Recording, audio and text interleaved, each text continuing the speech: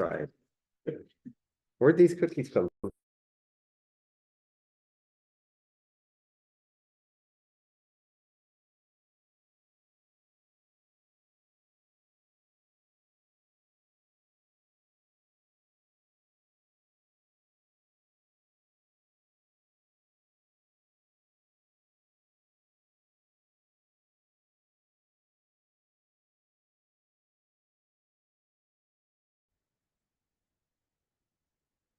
All right. Okay, I call this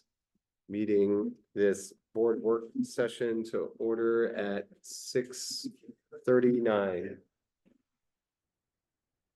Okay, any additional So deletions, amendments to the work session? we have one topic, but so if we want to put more topics on there, really under this, you see a draft of the modified strategic plan or mission vision statement, which is that larger handout I gave you. You see some of the goals from the integrated grant that has already been approved and put on the website for the state. One of the goals is looking at district assets. So we could have 5 topics, which include discussion of superintendent evaluation, board goals, district assets, update and report, as well as the mission vision. I put the one topic because they're all connected to that topic, which is creating the goals and the evaluation. The evaluation is a part that those goals get evaluated. So we could list each one of those topics, or I think we should list Okay, each yeah. one. So we'll add each of those, then we'll add superintendent evaluation, district asset conversation, mission vision. And then superintendent goals / board goals. Great, with those additions, does anyone move to adopt the agenda? I'll move to the additions. I get that. All in favor? Aye. Great. All right, so I think, Do you have any community comments before we jump in? The community is still mute, Okay. especially on the superintendent goals. Fair enough. Okay, sorry, jump in. so everything is draft right now. The hope traditionally we approve the board / superintendent goals in the September meeting. We had just gone through a process this summer revising the mission vision. We were in a process where we initially created that with community engagement prior to COVID, and then COVID hit. And because of COVID disrupted, we kind of extended that process for another year and then re-engaged the community. So this last year, we re-engaged the community, took the tenets of the feedback, got new feedback, and revised our process. Part of this, that in community engagement, is also part of the integrated grant protocol for the state of Oregon, right? So all this stuff lines up. So the hope is, the goal, one of the goals for me is that not only do we talk about these things here in a work session, approve a goal, but then throughout the year, you're going to see our principals present on Belong, Prepare, and Inspire and what we're doing. We're going to have kids come in and talk about some of the things they're doing. We're going to have community partners come in and talk about that. So it's the whole process of the year-long work that you guys should be getting exposed to, the work that's happening to connect to the goals. Some of these goals are right from the integrated grant. Actually, if you go to this sheet, that's why I included this. These are right off the integrated grant page that we have to submit. They're 3rd grade literacy required, freshman on track required, 4th and 5th year cohort required as part of the integrated grant process. So, those are included. It's somewhat prescriptive because is what the state thinks is the benchmarks we need to be evaluated on. I will say that for board members who've been a part of the process for a while, not a lot really changes with our academic goals, because it's always third grade literacy. It's typically that first part, students on a purposeful path for graduation, and how we engage in integrated reliability, visiting classrooms, supporting staff. What does that look like? Getting on to the second page, the second goal about maintain positive collaborative relationships. You just heard what we're talking about with internships. That's connected and has built the foundation for where we are now. So again, that work needs to continue. And then the final goal is around district assets. And that changed previous years. It's been about either executing bond initiatives. In 2015, it was to pass a bond. In 16, it was to execute the bond. And then in 2021, it was to, or 20, it was to get a bond approved. And then since then, it's been to get the elementary school built. And so we're now on that end wave. However, now we're at a point where we have district assets that maybe need to be reallocated. And what does that look like? So that's the work that, again, the topics haven't really changed, but the work is slightly different as we keep moving forward. Also, I don't want these to be driven specifically just by me, right? That's why they're a draft. And then we come, and if the board sees other things or has other things that they're hearing that they believe I should add, then we do that. That's why we come back in September and approve the final goals. So additionally, what I would say is that the strategic plan is also a draft right now. So if you read through something, aren't aware of, or think that, I mean, as many eyes as possible that we can clean it up, and if there's any, although we think we got all the typos, if there's anything, if you read through it that you want to give us feedback on, we would gladly welcome that. The point of handing it to you twofold: one, to get your eyes on it in that regard, but also give you context of that and the integrated grant and where the goals are coming from. Questions? Look, I can be more concise in this.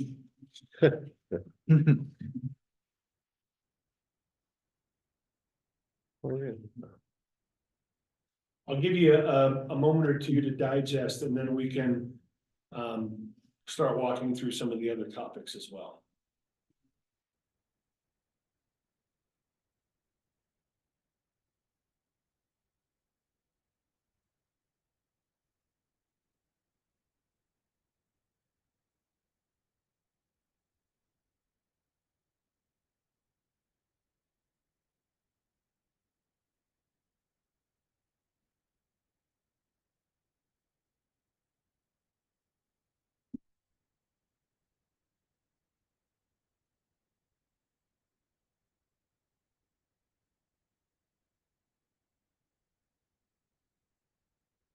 So if we walk through them a little bit, first, the literacy goal, the data targets may change a little bit.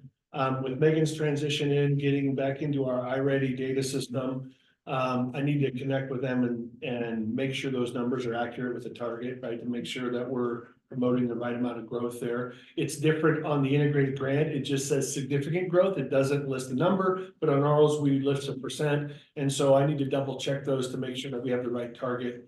You move down into our freshmen on track and our graduation cohorts. Those numbers are extremely high.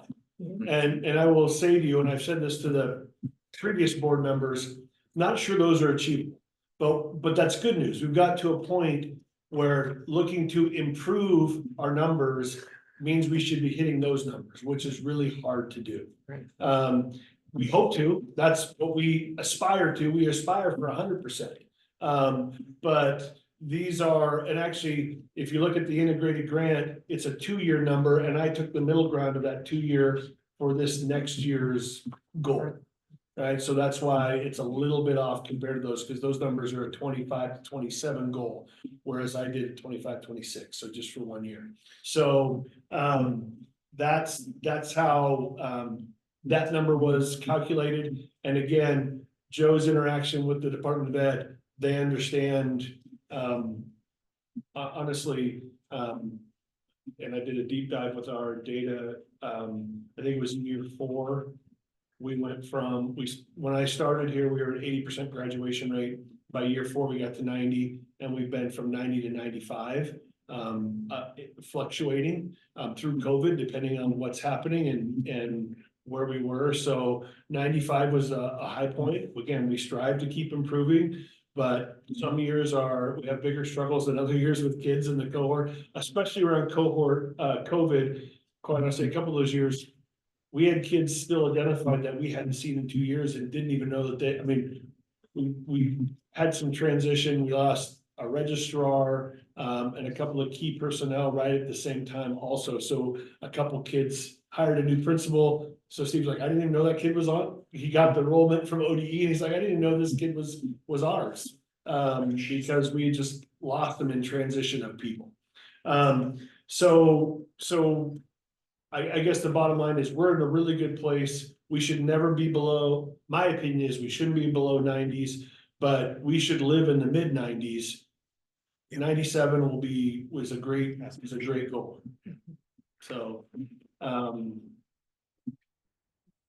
Question for you. yes, Action plan for your 97% goal. You mentioned increased connection to students and families. What does that look like? How are you going to measure that? well, we do our YouTube survey as part of it. Okay. Right, so that's part of the data point that hits some of these. I think community partnerships are important in how we communicate.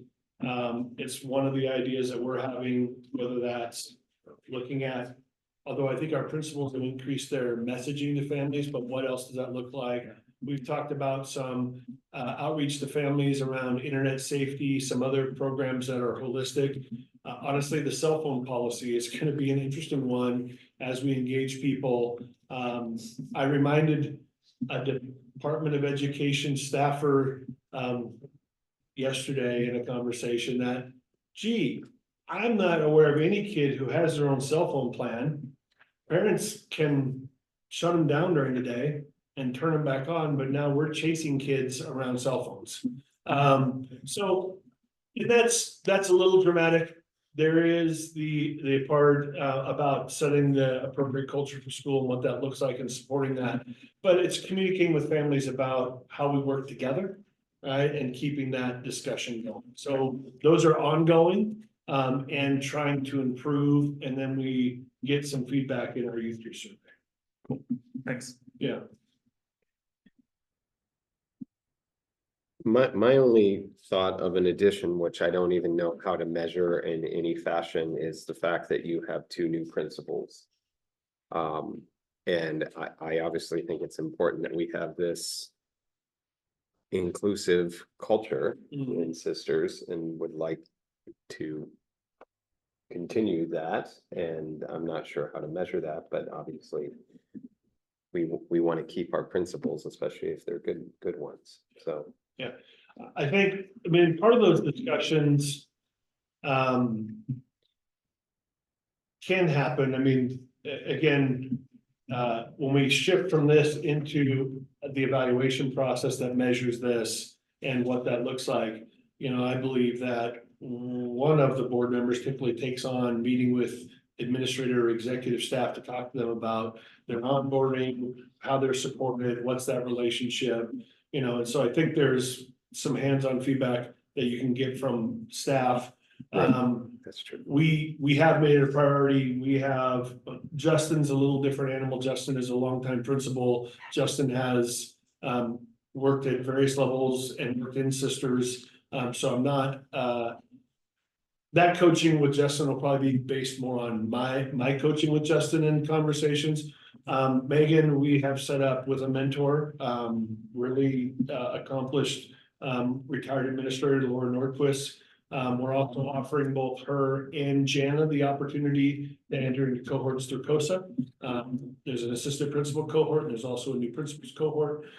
So we believe we're providing the appropriate support in addition to, as a part of my goal when I talk about weekly visits. Sometimes those visits turn into me coaching and discussing things with the principal for 90 minutes to 2 hours and not getting into a classroom. Sometimes it's 20 minutes of that and then getting into a classroom. So that model, the coaching is built into the model already expressed in the process also. So, but I agree with you, so we need to support our new folks. Right. That's the only thing I can think of.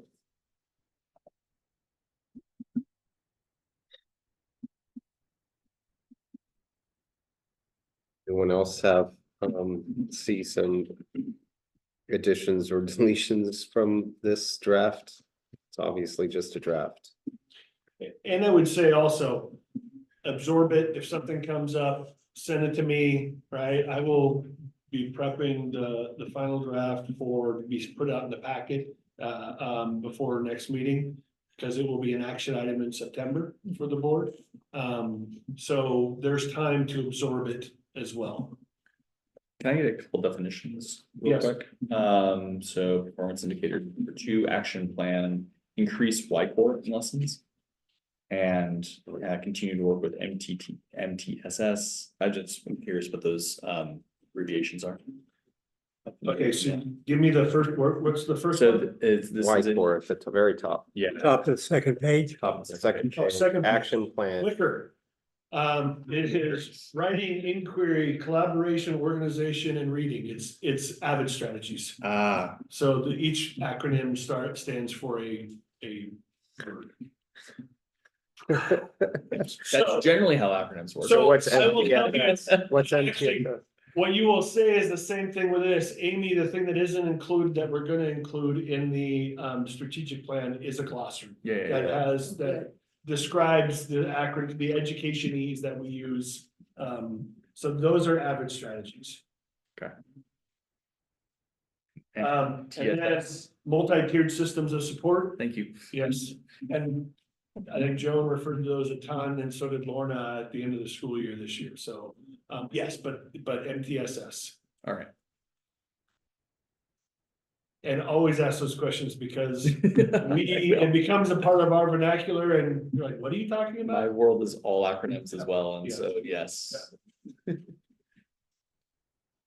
I appreciate it when. RTI, response to intervention, that's another intervention protocol.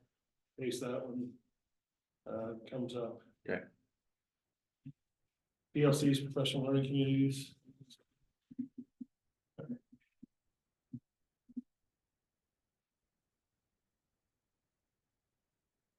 So, I guess under your action plans, goal 3, successful management. And maybe this is included, but it says to continue to work on long-range assets and facility plans. So are you referring to acquiring land for another school, or are you referring to the aging? two All of the buildings? above.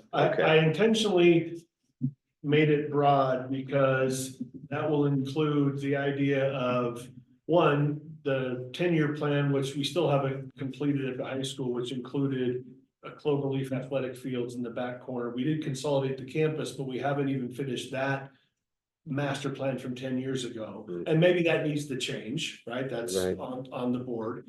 And the discussion of unifying that campus, potentially releasing from other assets. And in the process, when do you invest in new acquisition for potential growth down the road, right? Versus where we are. And that's all interplayed with how successful is the transition of the park and rec over here? Who and when do these properties sell? Do we need to maintain the property out at Cloverdale? What happens to the approximately 1.5 acres that's the old transportation center that isn't a part of the lease to the park and rec? Yeah. Right, so there's a lot of those decisions along the way, and so I tried to frame it in a capacity that it would allow us to work on, Everything, encompassing. okay. So my goal was vague and deep.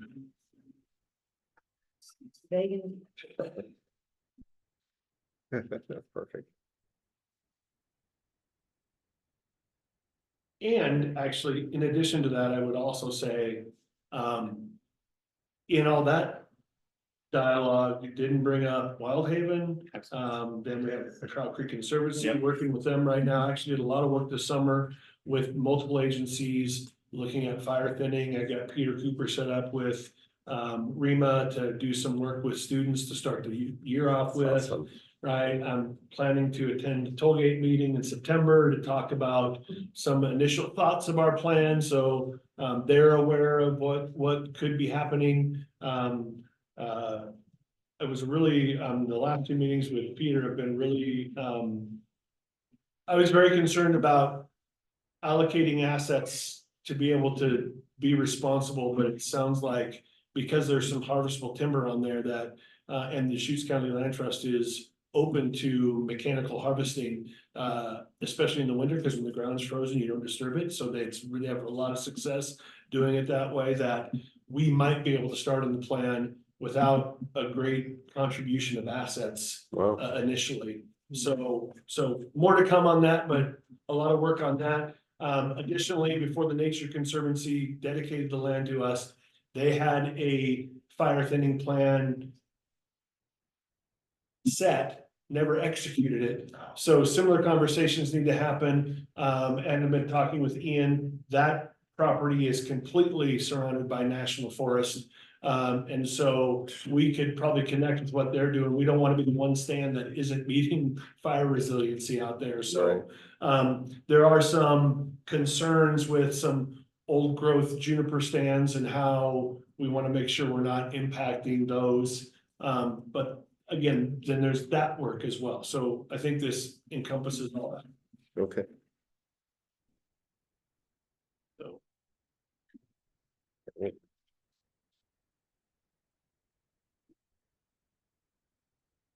So we can keep digesting that. What I'd like to do now, again, in the conversation, not decisions need to be made tonight, but talk about, these are kind of the goals and once they get evaluated on, then we typically talk about what that structure looks like.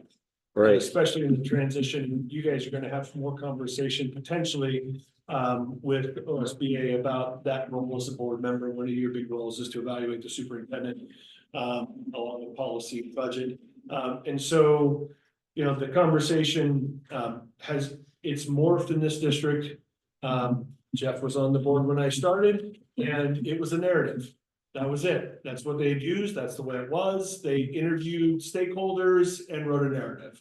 About 3 years into that, Jeff, did we do 360? 2 years? I think so. Yeah, there was a feel like we needed something more structured, went to the 360 model.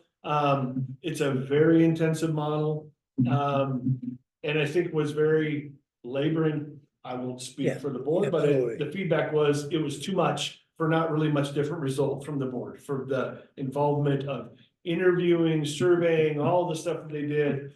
And then collating that data and then the end result. But that model went for a couple years and then it got modified into a quasi kind of half. We structured some goals. Each board member targeted a group, maybe elementary, middle operations, got feedback, based that on goals presented throughout the school year. But again, my goal was to streamline the process in that you aren't guessing if we're achieving these. You should see the work that's happening towards those and then coalesce that at the end of the year. It has, seems like the spring is busy for everyone, not a complaint, but typically the goal has always been to have the evaluation done in March. It typically gets done in May or June. And that's not been a problem. Just that's typically where that's been set. Anybody else want to add anything? No, I think we ought to be committed this year to getting that done. Maybe not in March, but April. I mean, okay. Yeah, I would caution us to doing it too early, because, you know, if doing evaluation only halfway through the year doesn't necessarily give you, doesn't give you a chance to actually execute on some of these. And so we do need to find a middle ground between, you know, trying to have it done by March, but actually giving everyone an opportunity to make substantive progress. Yeah. And honestly, for me,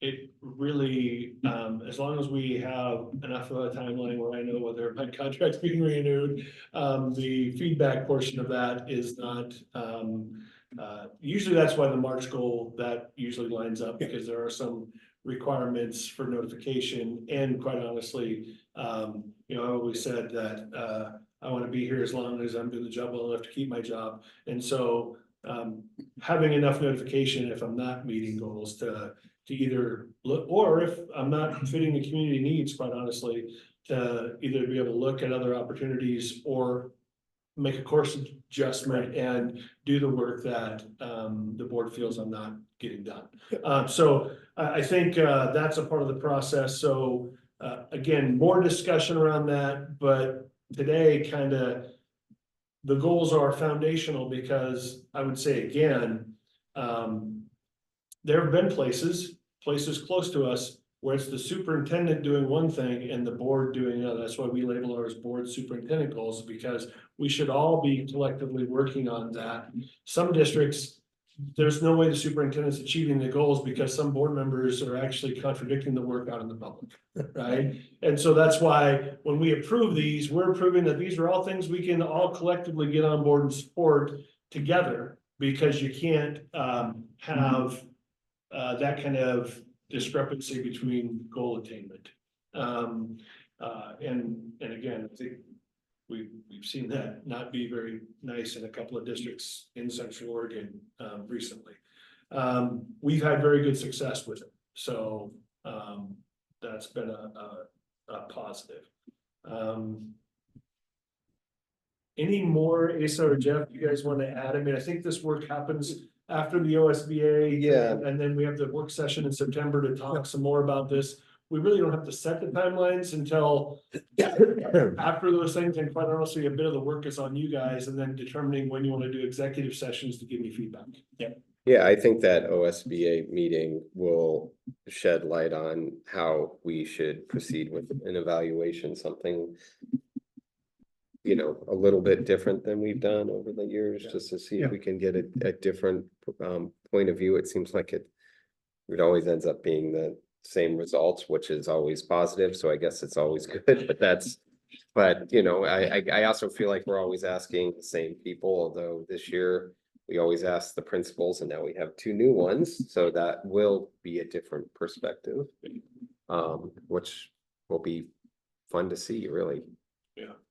And I would say in that regard, our principals don't operate in a bubble. They have meetings, they meet with the folks in Central Oregon, they talk about what happens in other districts. Right. And how they are getting supported or not supported. So, you know, I think that's still valuable feedback, even if they've been here for a while. But again, that's up to the board, I think, to, you know, really to decide what the structure of that looks like.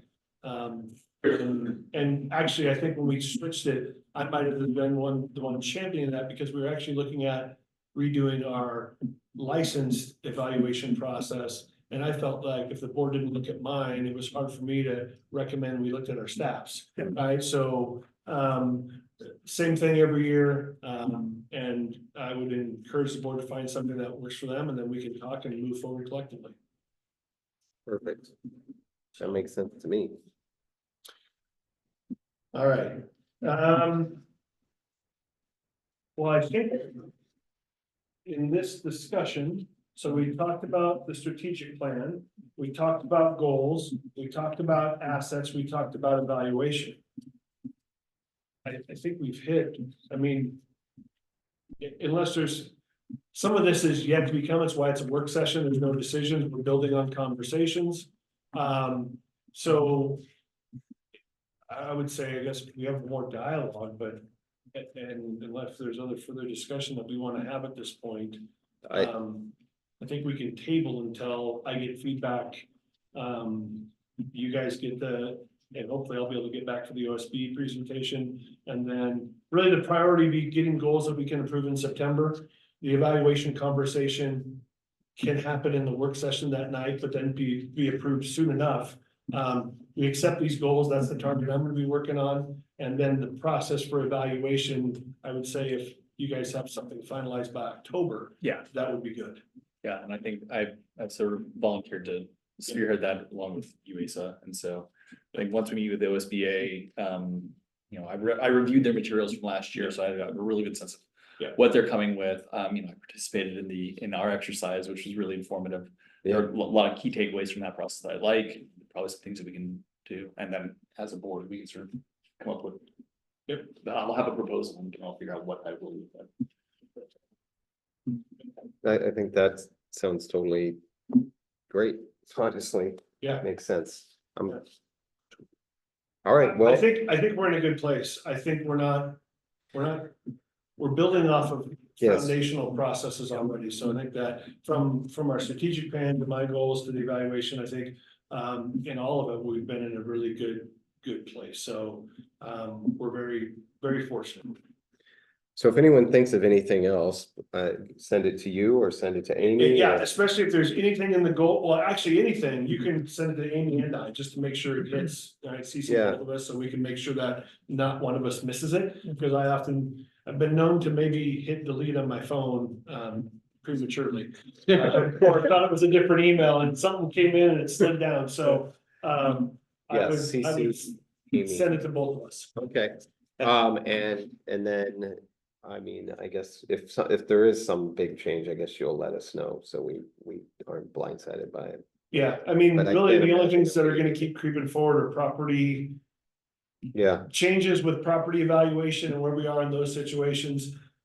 This, I don't see the goals changing because they're built in our integrated plan, other than if there's other things you think, hey, this is missing, I think this would be really important. Send that to me and we can have a dialogue about that also and where that might fit in. And then feedback on the strategic plan, and then really the work around the, with Eric and you and the rest of the board around the evaluation cycle and what that was. perfect. Yeah. Any last questions? Okay, I'll announce again that we have August 20th OSBA board training at 5 p.m. Then September 3rd, we have a regular board meeting at 5:30 and followed by a board work session at 6:30-ish. And we will have a full crew on that day, so we will have a traditional, what I would say is a traditional board meeting. Yes. Not this one, it'll probably be less of me, more of our administrators, which will probably be a good thing for you guys. So, No, it'll be fun to meet everybody. Yeah. Yep. All right. If there's nothing else, this meeting is adjourned at 7:11. Great. Cool.